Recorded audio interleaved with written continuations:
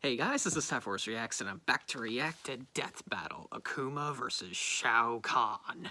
And this is a battle I've been pretty excited for.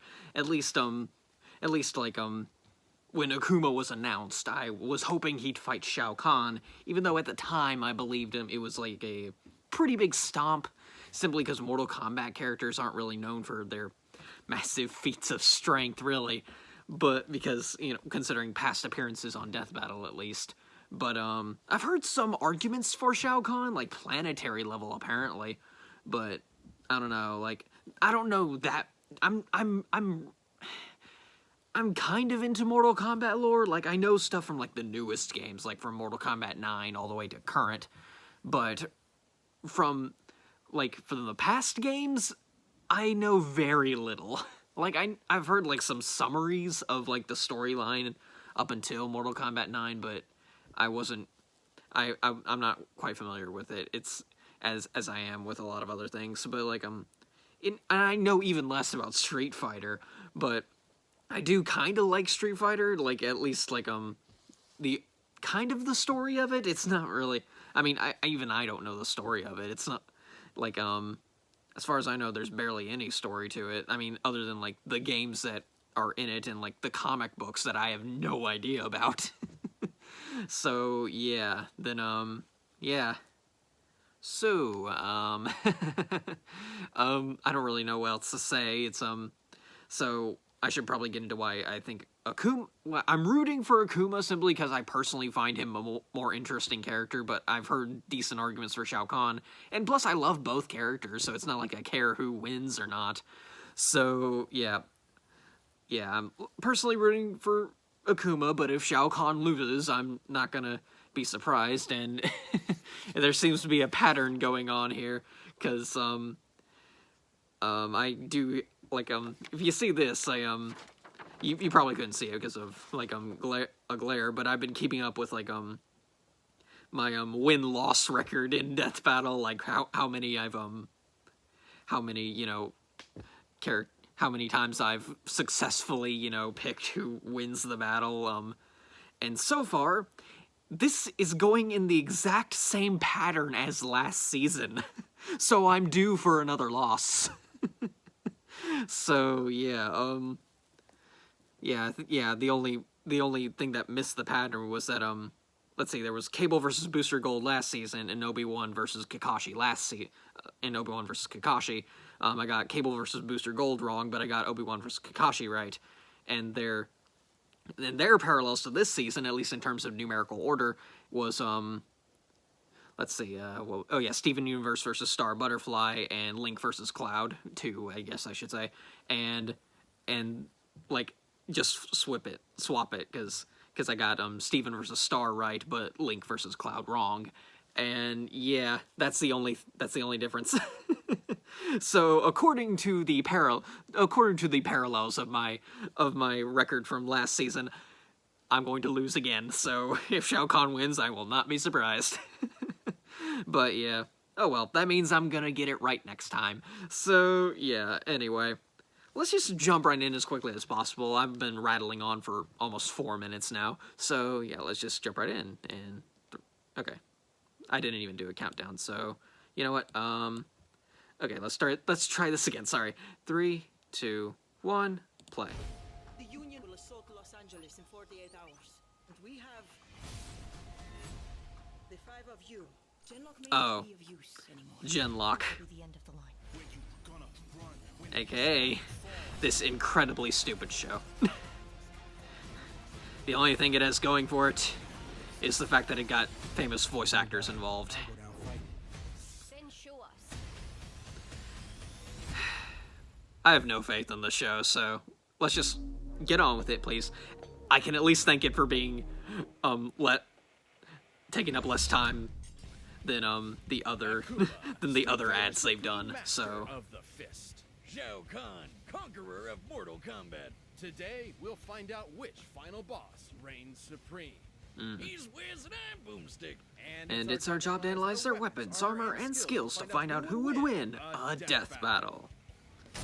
Alright. Oh, and it's gonna be in 3D too, so ooh man, it's gonna be good. Japanese kanji for heaven.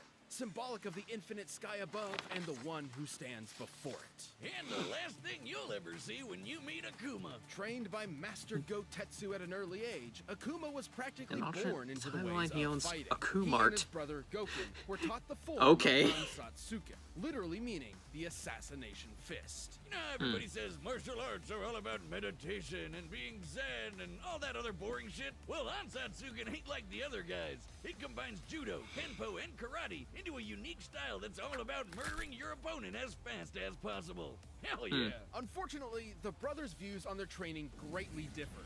Goken rejected the violent methodology of the Ansatsuken, leaving to develop his own, less lethal variant of the form. Because a style called Assassination Fist clearly needed less assassination. Yeah, that's kind of stupid on your part, Goken. It was all about the real deal. He got so hardcore, he started training to embrace the biggest martial arts secret out there. The Satsui no Hado. Ever present, ever malicious, this is a manifestation of literal killing intent. Only Gotetsu had ever mastered this dark power. So it's like the dark side of the force, but with karate? No, Yes. but sure. With the Satsui no Hado, It, Akuma Street gets Fighter's all Karate Star the Wars. I thought we've all learned this by now. passion. This is the power of monsters. More like winners. Akuma got so good he challenged his master and killed him Sith style. With his ex-master's beads around his neck, he declared himself the new master of the Satsui no Hado. Obviously, this destroyed his relationship with Goken. The two brothers' destinies, let alone ideologies, were irreparably torn apart. But who cares when Akuma's perfected all the abilities of an overpowered Shoto character and then some? He can rain down Go Hadoukens, teleport with the Ashura Senku, and take you for a whirl with the Tatsumaki Zankyukaku.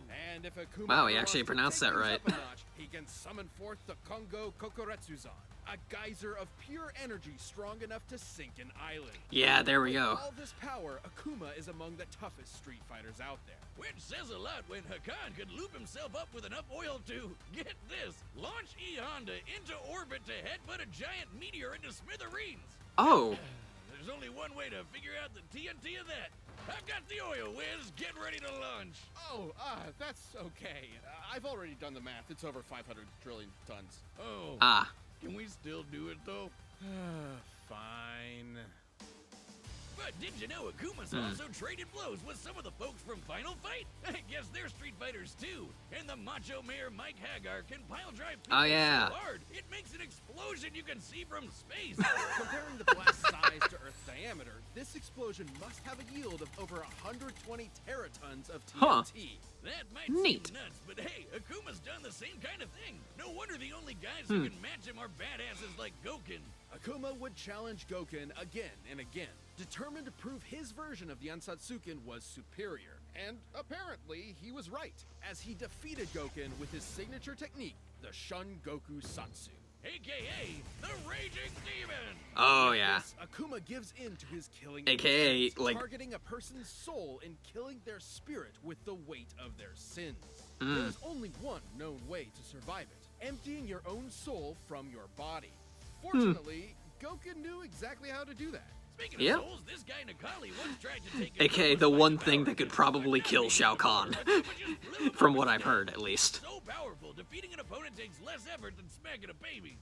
Not that Akuma would ever do that. No, I'm serious, he never would, because despite the whole zero compassion thing, he has a weird code of honor. It's not compassion at all. To Akuma, fighting is a sort of religion, and respecting the art is more important than anything. He'll spare those with an unfair disadvantage, and those whom he deems respects martial arts like him and can improve.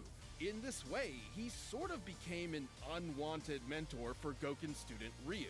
Hey, he's not a total killjoy. He did befriend Elena. Well, more like Elena befriended him, but whatever. But should you Okay, disrespect then. the art of fighting, Akuma will not hesitate to murder you as disrespectfully as possible. Like when he jumped that a-hole and Bison so fast he killed him in one shot. And Bison was quick enough to tag this satellite laser beam. Following the beam speed at this angle, we can determine it was moving well over 5,000 times the speed of sound. Huh. But even with all Wow. that power, Akuma knew he'd never be at his best until he'd mastered the Satsui no Hado. And because become Akuma Blanco.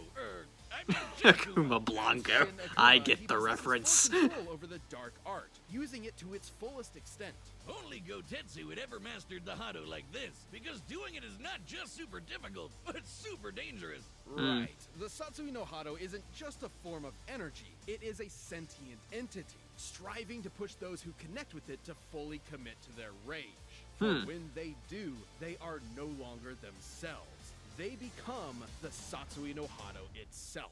Yeah, like when it tried to take over Ryu and manifest it as its own evil person, Kage. Akuma truly believes the Hado is his best chance at becoming the ultimate world warrior. But he also knows that if he's not careful, he could lose himself to it. And when he does, the Hado will take his body and become the awesome, demonic Oni. Oh, he's super powerful. Oni's got all sorts of new moves and can easily overpower pretty much any other Street Fighter. In Japanese folklore, Oni are yokai, or demons, that spawn from the souls of the wicked upon death. However, in some legends, Obviously, the most yeah. evil of humans can actually transform while still alive. Such as Shuten Doji, a drunken monk who gave in to malice, became an Oni, and was so powerful he could not die, even after he was decapitated. Not so different from this big bad blue boy. But hey, Akuma hasn't lost himself to the dark side of the Hado yet. The dude split apart mountains, taking a leisurely trip to the bottom of the ocean, and literally leaped into the land above the clouds. He just jumped, and he was there. Forget standing. Okay. above it, and this dude straight up flies above it. Akuma's lust for battle will likely never be sated, but his chosen path has been set. He will either be the world's deadliest man, or its bleakest failure. Until then, he will never stop searching for a foe who can challenge the might of his Satsui no Hado.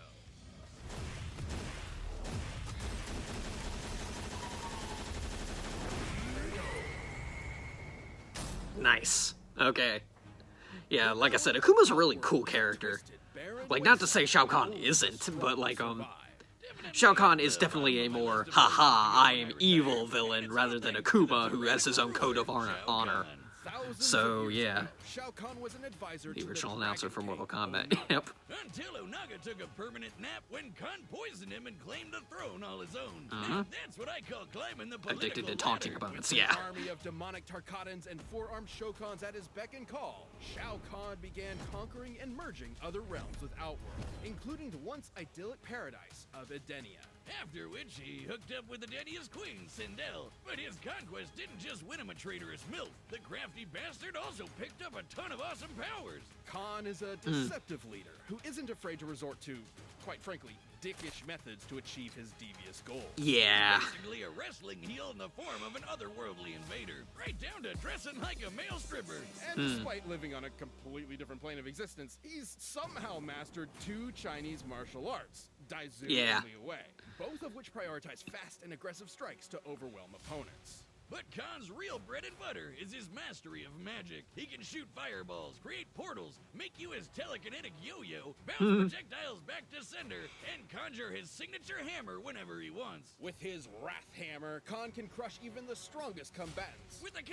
to pieces Of with course. his brutal fatalities. But perhaps his most iconic ability is taking souls. With just a wave of his hand, he can dine on some fine soul food, courtesy of whatever sap crossed his path. Khan went far with these abilities, and it wasn't long before his conquering eye caught sight of a little planet called Earthrealm. But first, his forces had to rack up enough wins in Hit the Music Whiz. We don't have the licensing rights. We can't exactly do that anymore. I'ma stop Yeah. this so we don't get sued. Outworld almost had the 10 consecutive Good idea. wins needed to merge with Earth. But the goody two-shoes monk Liu Kang just had to ruin it all. But Khan just said, screw it, and invaded Earth anyway. The moment Khan set foot on Earth, he stole the souls of nearly every human being on the planet. And physically merged Earthrealm and Outworld into one big melting pot of conquest. The exact meaning of merging realms is a little vague, but Yeah. from Mortal Kombat 3's intro, we do know that it transforms the planet into part of Outworld itself. But even when he's not literally folding worlds together, Khan is always a threat to behold, far superior to most of the other combatants. He's a cocky asshole, but damn, he sure knows how to get stuff done. Yeah. One-shotted Johnny Cage and Sonya Blade, survived being impaled, broke Kotal Khan's back, and has consistently surpassed the likes of the Thunder God, Raiden. Oh, being all thundery is as fast as lightning. Kahn could even hold his own when Raiden held the power of all the Elder Gods. For context, the Elder Goddess Cetrion can grow as large as a planet and fire this hyper-fast laser, which, comparing its speed to the curvature of the Earth, can smite mortals at 2% the speed of light. Oh, you know you're a big shot when actual gods think you're a pain. Look at him go! Don't mistake powerful with invincible. Kahn's might is only matched by his arrogance. Yeah, he really Yeah. does love to hear himself talk, even when it leaves him totally open. I guess he doesn't consider the consequences of his constant taunting. Is that your best? I thought it was funny. You suck. Moving on. Even if it can get the better of him, Kahn has proven his arrogance isn't completely unfounded. After ages of conflict, all of the combatants fought in a final clash of good versus evil. And Kahn emerged as the last man standing. It was there that he defeated Blaze, an all-powerful elemental who threatened every realm in existence. Luckily for the good guys, Raiden had a way to basically go back in time and try to stop Kahn from winning in the first place. That's right, Kahn was such a big threat, the only way to beat him was a complete do-over. And even with that victory now a non-existent memory, Shao Kahn will never relent. Even death has never stopped this conqueror from his ultimate quest to rule everything. I am Khan of Outworld. Vacate my throne, or I'll soak these sands with your blood. Yeah, like I said, like Alright, the combatants like are I may set. be rooting for Akuma, but Shao Kahn's pretty cool too. So yeah. It'd take to rule out. All right. Check out Blue Chew. All right, come This on. episode is brought to you by Blue Chew. Here's a All lesson right, for you. so Confidence will take you far. And that's yeah, why it looks Blue like Chew they're delivers doing the like same planetary magic Shao and Kahn with like the whole seamless merging of the control realms, which right to your that's a bit iffy, but whatever, I guess. So yeah, it looks like Shao Kahn might be winning this, unless his arrogance gets the best of him, and which is pretty much how I think like Akuma would win, simply because he just leaves him. Shao Kahn just leaves himself open, and Akuma uses the Raging Demon and obliterating him. So yeah. Blue Chew can help. And we've got a special All deal right. for you. Try Blue Chew free when you use our promo code. But yeah, otherwise, yeah, maybe Shao Kahn's got this, but I'm still rooting for Akuma, simply because maybe it's just an underdog fight. I don't know, but I don't know. At this point, I'm just talking. So it's time for a death battle. All right, let's do this. Die 1,000 death! Oh, we're just starting it off like that. Okay.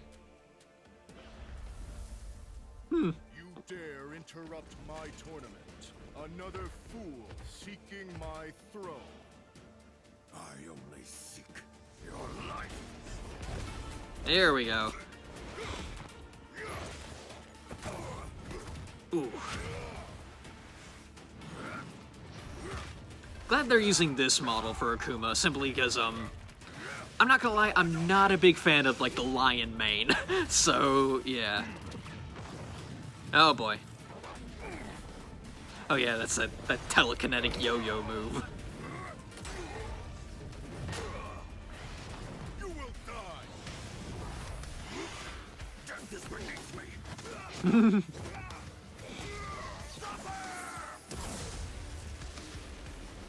Neat.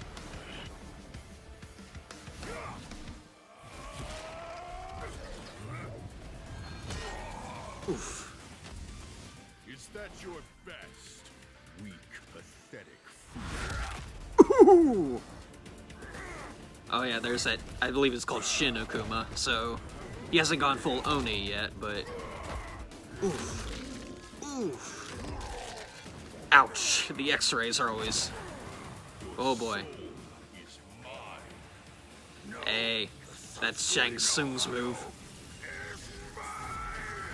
Oh, I'm guessing that's, oh, yep, Oni. Oni is here. Come on.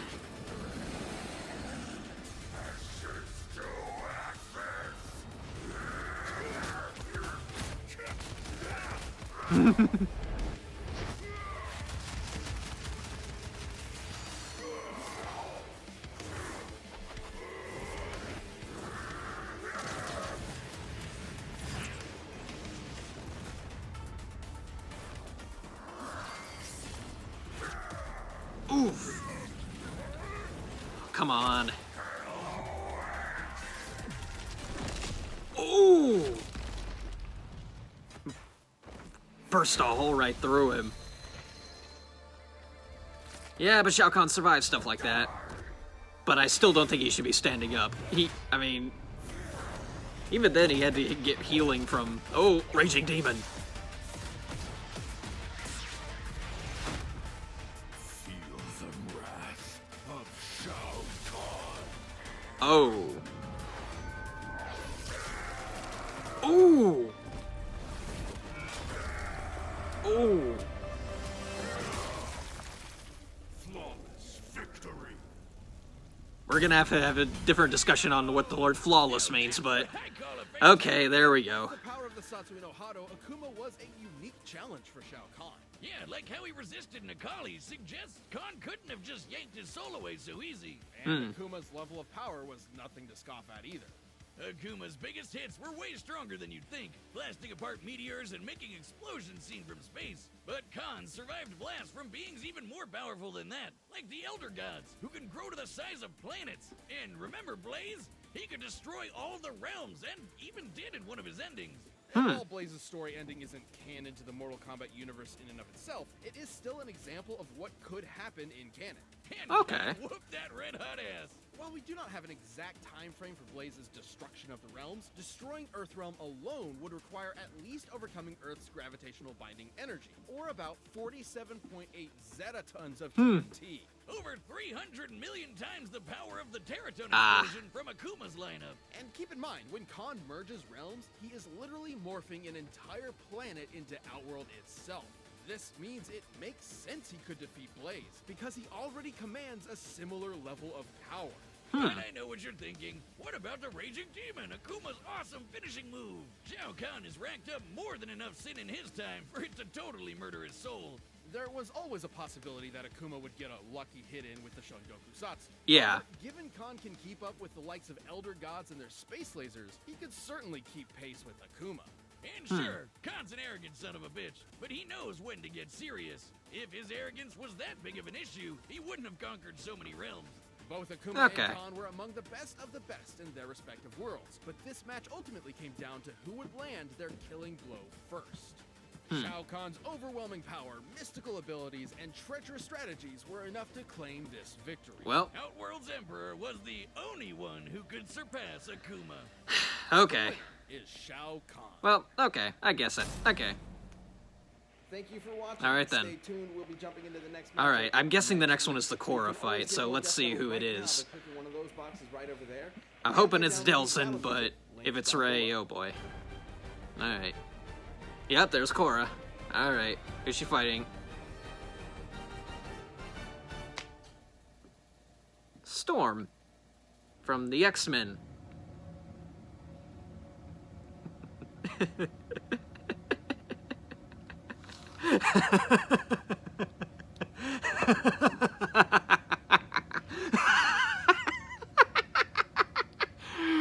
Oh, it's neither of the two options. It's Storm from the X-Men. I don't have... I thought for sure it was gonna be Korra versus Ray. But no. They're not gonna make me choose. They've made the choice easy. They made... Korra doesn't have a prayer. If you're wondering why I'm laughing so much, it is because I despise Korra. Okay, maybe that's a bit too harsh, but I still don't like Korra. She's incredibly frustrating as a character, and she just becomes more and more unlikable the more the series went on. And yeah, I was afraid I was gonna have to choose between her and Ray because I hate both characters. For like, yeah, like Ray is annoying because she's a Mary Sue, and Korra is annoying because she's a different kind of Mary Sue. See, the typical Mary Sue, like everyone loves them, or just everyone, like, once they meet this Mary Sue, they just immediately just seem to like them.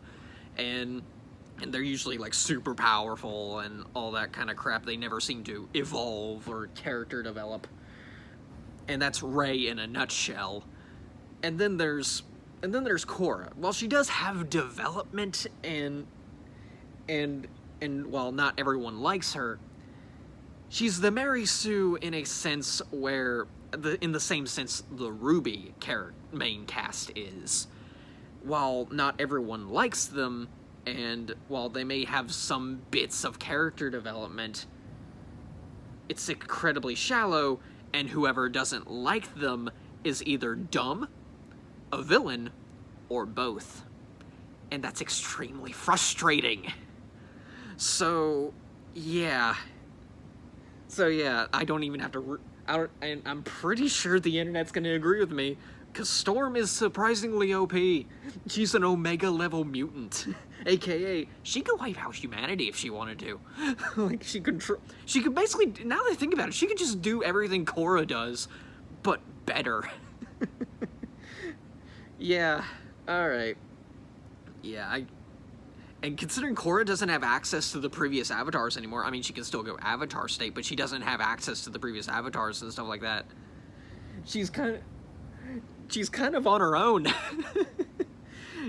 It's not like Aang versus Edward, where Aang had access to literally all the avatars, you know, in his avatar state, but Korra doesn't have that advantage. So, yeah. Okay, that was good. That was really good. So, but yeah, Akuma versus Shao Kahn. Well, I don't know. I think I'm gonna have to see like the Q&A for it, because I don't think that analysis was good enough for me to convince me of Shao Kahn being the winner. But I mean, I agree with it, but I don't agree with like the post analysis. I'm gonna have to watch the Q&A to like get the full details on why Shao Kahn wins. So yeah. Anyway, Korra versus Storm. Can't wait for that one. Can't wait to see Korra get decimated. So yeah, I got nothing else to say, so I'm just gonna end the video here. So yeah, till next time, guys. See ya.